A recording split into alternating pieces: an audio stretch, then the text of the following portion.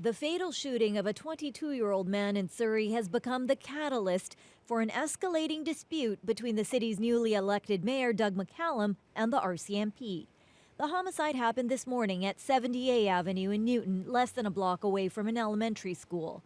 Community advocates want action. As a parent, we are really concerned. We've lost too many of our youth over the last 24 years. In the past year, we've lost more than 10. And this is a real crisis.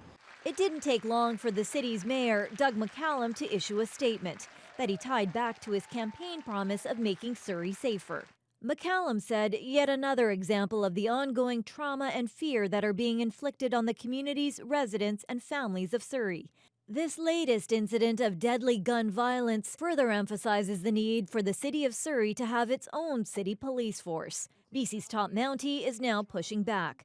Deputy Commissioner Brenda Butterworth-Carr wrote in an email, "Statements like this risk undermining public trust and confidence in policing.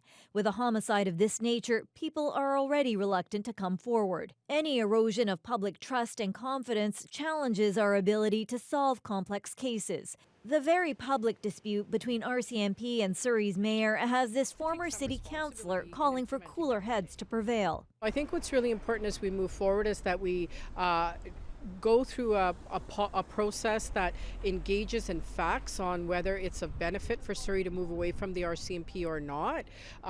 But to now, with such an incident, to make this a part of the conversation, I'm not sure what that solves.